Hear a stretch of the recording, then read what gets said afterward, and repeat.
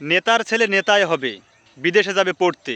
তুমি আমি শুধু মিছিল করব নেতার ক্যারিয়ার গড়তে। বাড়িতে ভাত হবে না কিন্তু রাজনীতি করে বেড়াবে, এটাই হচ্ছে বর্তমান সমাজের ছেলে মেয়েদের কাজ। বাবা মা স্কুলে পড়তে পাঠাবে, নেতার মিছিল করতে করতে ছেলে মেয়ে চলে যাবে যে কোনো এদিক সেদিক বাজারে। কিন্তু এদিকে বাবা যে মাঠে ক্ষেত খামারে কাজ করে খাচ্ছে, বাবার দিকে কোনো খেয়াল নাই। ছেলে পড়াশোনা বাদ দিয়ে করছে নেতার চামচামি। বলি কি ভাই, নেতার চামচামি বাদ দিয়ে নিজের বাবা মার দিকে খেয়াল করো, নিজের ক্যারিয়ারের ভবিষ্যৎ গড়ো এবং ভালো কিছু করে খাও, জীবনে উন্নতি করতে পারবে।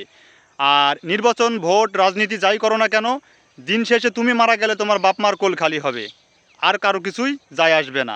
নেতা নেতার জায়গাতেই থাকবে, তার ক্যারিয়ার সে ঠিকই গড়ে নেবে।